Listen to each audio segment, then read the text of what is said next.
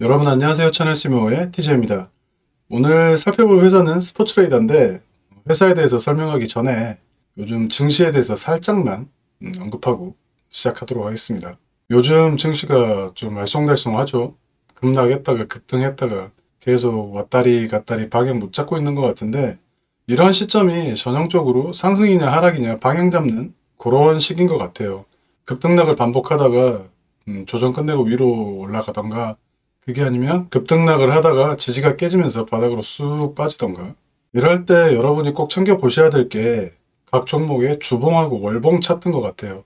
제가 올해 2월 달에 포트폴리오 3년 만에 전부 다 정리했다라고 그때 영상을 한번 올렸었는데 그때도 제가 월봉을 보고 뭔가 분위기가 꺾이기 시작해서 다 정리했던 건데 아닌가 다를까 2월 이후로 굉장히 주가가 많이 빠졌죠. 그 뒤로 물론 반등은 했지만 지금도 보면 제가 들고 있는 종목 중에서 주봉이나 월봉이 살짝 꺾이기 시작하는 그런 종목이 나오기 시작하더라고요. 그래서 그런 종목들은 지금 수익금은 남기고 원금은 전부 다 회수를 해서 현금화했고 종목 포트폴리오도 10월 이전하고 10월 이후로 살짝 바뀐 게 사실이에요. 그래서 지금 제가 들고 있는 종목들을 보면 얼마 전에 살펴봤던 제약유통 쪽, 지금 살펴보고 있는 스포츠 베팅, 그리고 호텔, 마지막으로 금융 데이터 분석 이쪽 영역으로 포트폴리오가 많이 바뀌어 있는 상황이거든요. 보면 미국 증시의 주도주가 살짝 바뀌고 있는 느낌도 있어서 그동안에 투자자들의 관심을 받지 못했던 종목들 또는 수혜받았던 종목들 이러한 종목 위주로 지금 포트폴리오를 살짝 바꾸는 상황이고 현금 비중은 제가 보통 한 30%를 가지고 있는데 지금은 50%가 넘어가요. 그래서 현금 비중을 조금 더 늘린 상황이에요. 그래서 한동안 위아래로 움직이는 이런 상황이 지나서 방향이 결정되면 그때 현금을 사용하려고요. 만약에 조정이 많이 왔다 그러면 저가 매수가 될 거고 다시 증시가 올라간다 그러면 올라가는 상황이 중간에 들어가면 되니까 그래서 지금은 살짝 한 발짝 빠져서 뒤에서 관망하고 있는 이런 쪽에 가깝습니다. 그리고 만약에 지금 상황이 살짝 불안하다고 생각 드시는 분은 본인이 투자한 금액 있잖아요. 만약에 본인이 실제로 순수하게 주식을 매수한 금액이 1억이다 그러면 대략 한 3에서 5% 정도는 하락에 베팅하는 종목을 해치로 걸어 놓으시는 게 좋을 것 같아요. 대표적인 게 뭐 SQQQ도 있을 거고 반도체 마이너스 3배 이런 것들.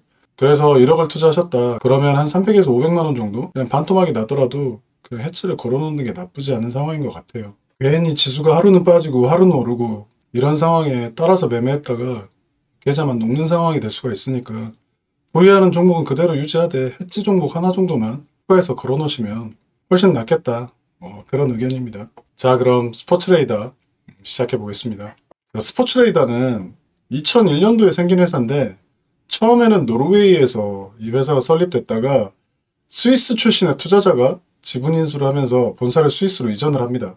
이 회사가 처음부터 데이터 분석이나 이런 거를 했다는 회사는 아니고 처음에 했던 일은 유럽의 스포츠 베팅 회사들이 굉장히 많은데 이 회사들의 스포츠 베팅률을 확률을 소프트웨어로 자동으로 쫙 수집해서 배포하는 그런 일을 했었어요. 그렇게 성장을 해오다가 자신들이 직접 데이터를 수집해서 확률을 내고 그 확률을 스포츠 베팅 회사들한테 판매를 하기 시작했고요. 어쨌든 2010년도 이 기간은 거의 대부분 유럽 기반으로 사업을 운영을 했었는데 2011년에 스포츠레이더로 사명을 바꾸고 북미 시장에 진출합니다. 그러면서 엄청나게 많은 회사들을 인수해요. 대부분 데이터 분석 관련 회사고 그리고 나서 미국의 대형 스포츠 연맹이나 협회와 계약을 합니다. 나스카 얘는 자동차 관련, NFL 풋볼, NHL 하키, 그리고 농구, 우에파 여기는 글로벌 축구 리그죠. 유럽에 있는. 아무튼 이 시기에 스포츠레이더는 이렇게 굉장히 많은 데이터 분석 회사를 인수했고 그 다음에 대형 스포츠 리그나 연맹과 제휴를 맺으면서 사업을 글로벌로 확장합니다. 그리고 2021년도에 드디어 나스닥에 상장을 하게 되죠. 상장한 이후로는 스포츠 베팅 산업을 대상으로 데이터를 판매하는 이쪽 말고도 여기 미디어 부분 있잖아요. 제가 지난 시간에 스포츠 경기 중계할 때 하단에 나오는 데이터 분석 뭐 이런 것들도 전부 다 스포츠레이더 같은 데이터 업체한테 받아야 된다고 이런 쪽으로 사업 포트폴리오를 또 강화합니다. 수익원 다각화를 하는 거죠. 그리고 지난 시간에 데이터 공급사 빅3에 대해서 살펴봤잖아요. 그 중에 하나였던 IMG 아레나. 이 회사의 인수 절차를 얼마 전인 11월 1일부로 마무리를 했습니다. 그래서 스포츠레이더의 시장 점유율이 지금 거의 60%에 육박하는 반독점적인 이러한 상황인 것 같아요. 보시면 여기 축구, 농구, 아까 봤던 하키, 뭐 자동차 경기, 웬만한 대형 스포츠 리그와는 다 데이터 사용 관련해서 계약을 맺어놔서 스포츠 베팅 플랫폼 업체들이 갈수록 스포츠 레이더에 대한 의존도가 높아지고 있다. 이렇게 볼 수도 있을 것 같아요. 물론 이런 협회들과 계약을 유지를 하려면 큰 돈이 들어가겠지만 한 번 맺으면 장기 계약이 유지되니까 한동안은 스포츠 베팅 산업 내에서 스포츠 레이더가 이 업체들의 목줄을 쥐고 있는 이러한 상황은 유지될 것 같아요.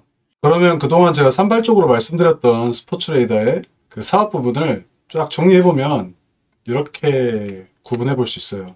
스포츠 베팅 플랫폼 쪽으로 데이터를 판매하는 거, 이쪽은 미디어 회사들한테 데이터를 판매하는 쪽으로 볼 수가 있고, 마지막에 이쪽에 기타 이 부분에는 그때 부정경기 관련해서 피파도 계약을 한다고 그랬잖아요. 뭐 그런 내용들이 여기 보시면 승부 조작, 이상 베팅 뭐 이런 쪽이 여기에 해당하는 거라고 할 수 있어요. 어찌 보면 이쪽이 스포츠 레이더의 사업 근간, 그리고 이 부분도 마찬가지고 최근에 2020년 이후로 집중하고 있는 부분이 요거 이 부분이라고 할 수 있고, 그래서 최근 들어서 스포츠 레이더의 재부제표를 보시면 지출 규모가 조금씩 늘어나고 있는데 그게 다 이 2번 영역 이 부분을 강화해서 사업 포트폴리오를 다각화하는 과정이라고 그렇게 볼 수가 있을 것 같아요.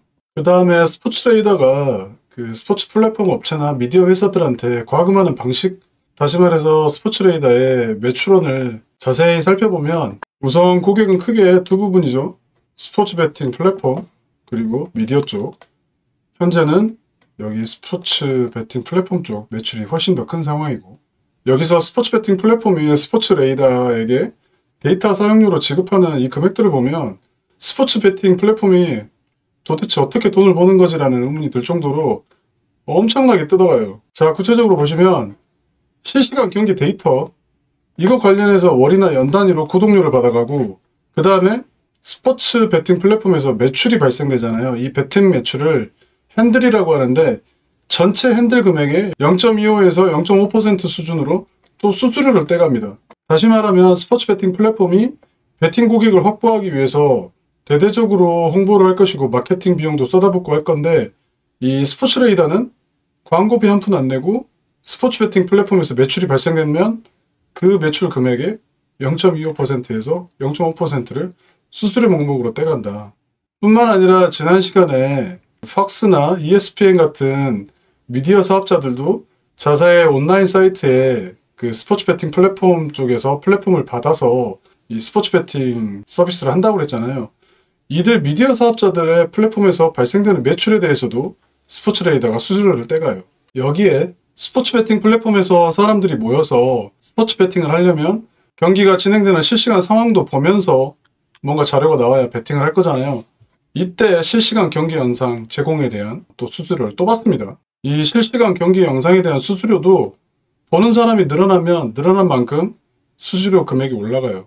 그러니까 요약하면 일단 데이터를 팔고 첫 번째로 기본 구독료를 받죠. 그리고 매출이 발생한다. 여기에 대해서 일정 부분 또 퍼센트만큼 수수료를 받고, 그리고 영상을 제공해주고 영상 보는 사람이 많아지면 많아질수록 또 수수료를 더 높게 청구하고, 이런 똑같은 내용을 스포츠 베팅 플랫폼 사업자의 플랫폼을 활용하는 미디어 사업자들한테도 똑같이 청구를 하는 거죠. 다음 영상에서 스포츠 베팅 플랫폼 사업자들에 대해서 좀 설명을 해볼 건데, 스포츠 베팅 플랫폼 그 산업 내 경쟁이 되게 치열해요. 치열하면 치열한 만큼 돈은 스포츠 레이더가 다 벌고 있다. 왜냐면 독점 데이터를 가지고 있기 때문에 스포츠 레이더한테 받을 수밖에 없잖아요.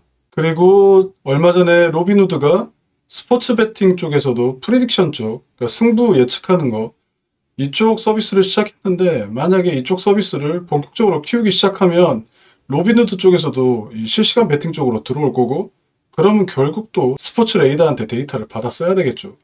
그래서 경쟁자가 스포츠 베팅 산업 내에 들어오면 들어올수록 스포츠 레이더는 좋을 수밖에 없다. 그리고 제가 스포츠 베팅 산업 쪽 본 이유가 내년에 있을 월드컵 때문에 보게 됐잖아요. 월드컵 할 때 보면 남미 애들하고 유럽 애들은 스포츠 경기에 엄청나게 베팅해요. 뭐 개인이 뭐 수억씩 베팅하고 집 팔아서 베팅하고 난리거든요.